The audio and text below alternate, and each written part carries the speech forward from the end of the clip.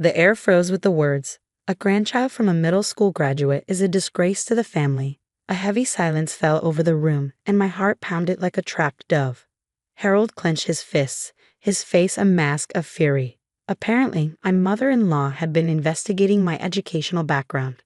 I was speechless, caught off guard by this revelation.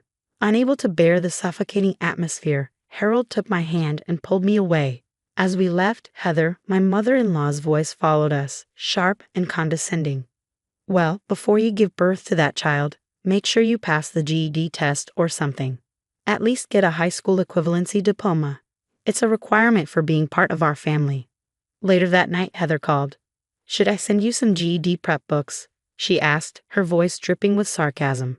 I was appalled that she was still harping on the same topic. Exasperation filled me, but I managed to suppress a sigh and reply calmly, "In that case, I'll quit being your daughter-in-law." At first, Heather laughed, not believing the words I said. But as the realization of our intentions dawned on her, her attitude changed abruptly. "What? What do you mean?" she sputtered, her voice laced with disbelief and panic. The truth was, we had a plan. "My name is Emily Carter, and I'm a 28-year-old homemaker. I reconnected with my husband Harold at a bar." "Emily?" a voice called out, and I turned to see a man I had met at a social gathering some time ago. "Harold?" I asked tentatively. Harold's face lit up with recognition as he sat down next to me. "I thought it was you. Your posture is so elegant and your hair is so beautiful. You haven't changed a bit since that time." At first, I thought he was just flattering me because he was a bit tipsy, but from that day on, we started contacting each other, and soon we were going on dates. A year had passed since our reunion when Harold suddenly confessed his feelings for me. "You know, I just realized that I never actually asked you out. I like you, Emily. Will you go out with me?" His confession, delivered in the middle of a lazy Sunday afternoon at home, caught me completely off guard. I couldn't help but laugh. "Now that you mention it, you never did ask me out," I said. "But I'm happy. I like you too, Harold. I'm looking forward to being with you." "Me too," Harold replied, his face beaming with joy. Having lived a life devoid of romance, I was thrilled by this newfound feeling. But my happiness was short-lived. A few months into our relationship, Harold asked me to meet his mother. "I don't mind you meeting her, but my mom is very particular about who I date. She's been pestering me to bring you home, so I finally gave in." I had a feeling that his mother wasn't the easiest person to get along with, but I agreed to meet her. A week later, I found myself face to face with my future mother-in-law. She looked me up and down, her eyes filled with judgment. "Well, I give you a 4.5, she said. I was taken aback by her blunt assessment. Harold immediately came to my defense. "Mom, stop it.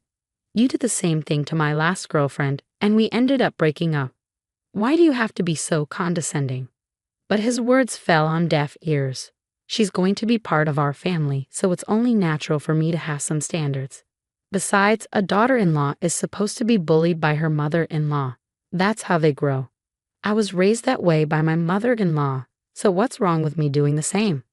Her nonchalant attitude left me speechless. I realized that there was no point in arguing with her, as our values were clearly different. Sensing my decision, Harold stopped trying to reason with his mother. We exchanged a look, and he decided it was best to cut our visit short. Later that night, Harold apologized profusely. "I'm so sorry, Emily," he said, his voice filled with remorse. "I didn't want you to go through that." I knelt in front of him and gently took his hands. "Don't apologize, Harold. It's not your fault. I don't want to see you like this. You're marrying me, not your mother." Harold looked up, his eyes filled with tears. At that moment, I knew that he was a wonderful man who truly cared about me, and so I decided to marry him. "Harold," I said, "let's get married. I can support you, and you're the only one who can support me. It might be difficult to register our marriage right away, but I hope we can do it someday." Harold's eyes widened in surprise. "Emily, you beat me to it," he said, a smile spreading across his face. He pulled out a small box containing a silver ring. "I was going to propose to you," he said, slipping the ring onto my finger. Tears welled up in my eyes as I realized that Harold was the only partner for me in this world. I immediately said yes. From that day on, we were more than just lovers. We were engaged. We moved in together and started planning our future. Harold was a responsible man who did his share of the housework. We talked openly and divided the chores fairly. At first, I was worried that living together might reveal some unpleasant aspects of Harold's personality, but my fears were unfounded. Harold was Harold through and through. He was my biggest supporter, always there for me no matter what. He was also respectful of my opinions and feelings. I knew I had made the right decision in choosing him as my partner. A year after we started living together, we finally tied the knot. We were overjoyed, but we also knew that we had a hurdle to overcome. Well, so this is the girl. She's pretty, but she seems a bit unreliable. I'll have to train her properly. When we informed her of our marriage, she made it clear that she didn't approve, but she also seemed resigned to the fact that there was nothing she could do about it. Harold looked like he wanted to retort, but he kept his promise to me. On our way to her house, I had asked him not to argue with his mother. It's not worth it. She'll just keep repeating herself, and she won't listen to anything we have to say. So please, for the sake of our future together, just let it go. Harold had agreed, albeit reluctantly, and so we endured my mother-in-law's insults and criticisms in silence. After about an hour, she finally grew tired of berating us and told us we could leave. We practically ran to the car, and Harold didn't let out a breath until we were out of sight. I can't believe how awful she is. I forced a smile. She's definitely got a few quirks, but you promised to keep our interactions with her to a minimum. That's enough for me. Let's focus on building our own happy memories together. Harold smiled, and I knew that we would be okay. 6 months into our marriage, I noticed a change in myself. Harold, I think I need to change the laundry detergent. The scent is too strong for me now. Harold looked at me in confusion. But it's the same detergent we've always used. I haven't changed a thing. Suddenly it hit me. I'm late. Harold's eyes widened. Wait here, he said, rushing out the door. He returned a few minutes later with a pregnancy test, and the result was positive. We're going to have a baby. Harold collapsed onto the floor, his face pale. Are you okay? I asked, concerned. I can't believe it, he stammered. We're going to have a baby. He was so overjoyed that he literally couldn't stand up. I couldn't help but laugh. You that happy? I asked. Harold blushed and looked away, but I could see the joy radiating from him. I was so happy to have such a wonderful husband. But pregnancy wasn't all sunshine and roses.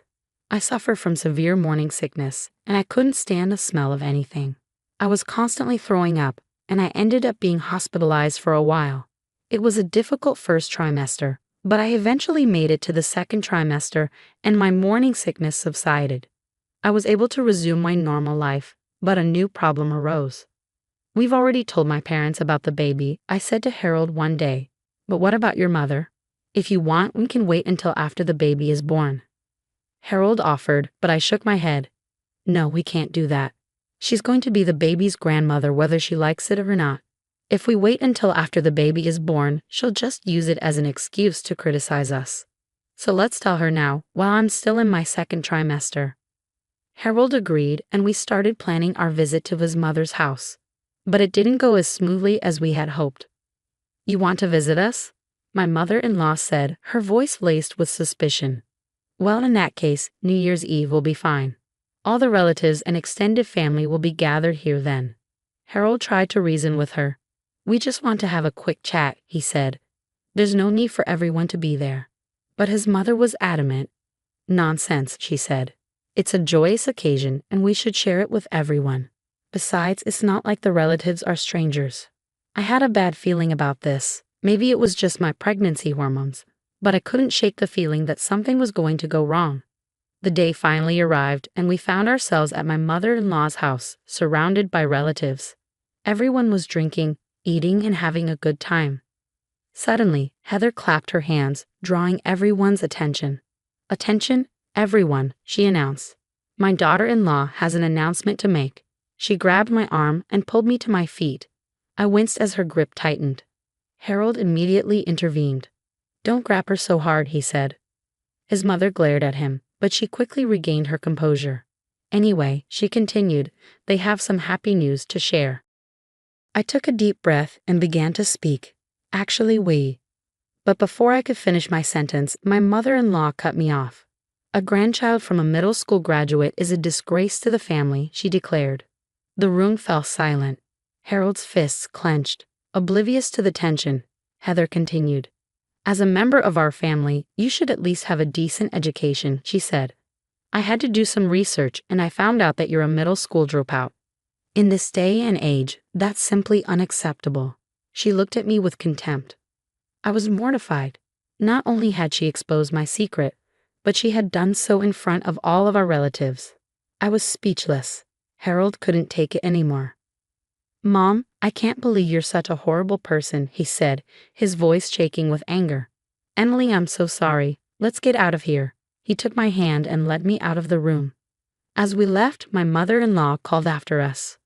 Well, before you give birth to that child, make sure you pass the GED test or something, she said. At least get a high school equivalency diploma. It's a requirement for being part of our family. We ignored her and left. Later that night, my mother-in-law called. Should I send you some GED prep books? She asked. I sighed. In that case, I'll quit being your daughter-in-law, I said. Heather laughed. What are you talking about? She asked. You're married to Harold, so you're a part of our family now. You can't just quit. You're thinking that being married means that the man is in charge and you're just there to serve him and his family, right? I asked. Heather was silent. There's another way, I continued. We can get a divorce, and then we can get remarried.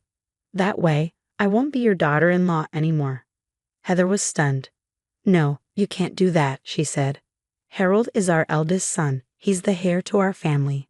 If you divorce him, he'll leave our family. I rolled my eyes.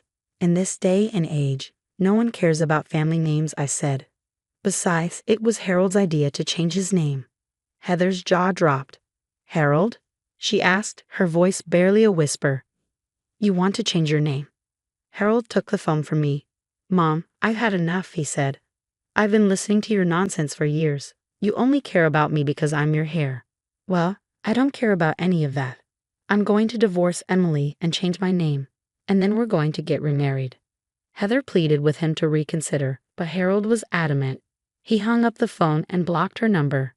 A few days later, we went to the courthouse and filed for divorce. Then we filed for marriage again.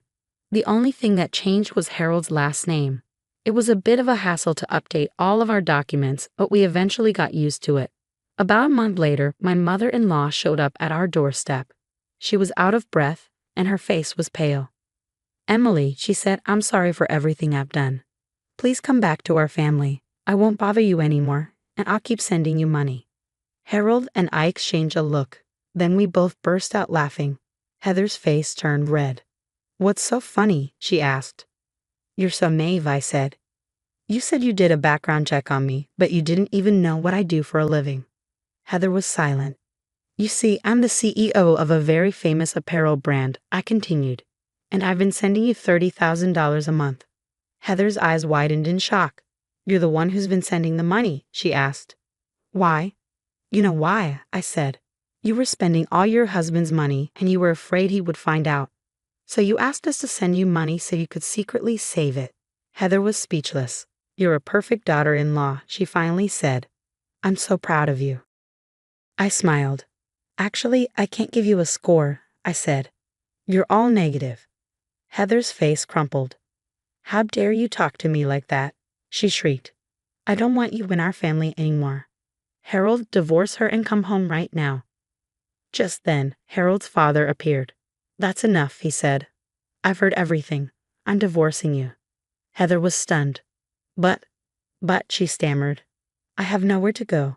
I have no money. I'm useless. Everyone in the room stared at her in disgust. You spent all your money, Harold's father said. You can't blame anyone else for that, and you can't rely on our money anymore. You're on your own. Heather shrank back, defeated. Harold's father apologized to us for his wife's behavior. He promised to take her away and make sure she never bothered us again. We were relieved. Heather did end up getting a divorce. She tried to refuse, but Harold's father was adamant. I'm too old to get a divorce, she had wailed. It's so embarrassing. Everyone will laugh at me, and I have no money. Harold's father had simply laughed. You only care about what other people think and about money, he had said. You don't care about me at all, so go find someone else to leech off of. Heather had no choice but to agree to the divorce. She was kicked out of the house and forced to get a job, but she couldn't keep a job for long. She was caught stealing money from the cash register and was fired. She ended up homeless and had to rely on welfare. Harold and I were saddened by her downfall, but we knew there was nothing we could do. We were happy to be free of her. I gave birth to a healthy baby girl, and Harold and I are now busy raising our child. Parenting is hard work, but it's also very rewarding. We were so happy to be parents. Harold is a wonderful father, and he's always there to support me. I'm so grateful to have him in my life. Harold's father often visits us and plays with his granddaughter. He's a great-grandfather, and we're so happy to have him in our lives too. We're a happy family, and we're looking forward to the future. One day, I had some news to share with Harold. Harold, I said, I have some good news and some bad news. Which do you want to hear first? The bad news, Harold said. I haven't been feeling well lately, I said. Harold looked concerned. What's wrong? He asked. I shook my head. I'm pregnant, I said. Harold's eyes widened. We're having another baby, he asked. I nodded. I already got the maternity handbook, I said. We're going to be a family of 4. Harold hugged me tightly. Our daughter, who was now a toddler, giggled and clapped her hands. I smiled. I was so happy to be starting a new chapter in our lives. I knew that we would continue to be a happy and loving family.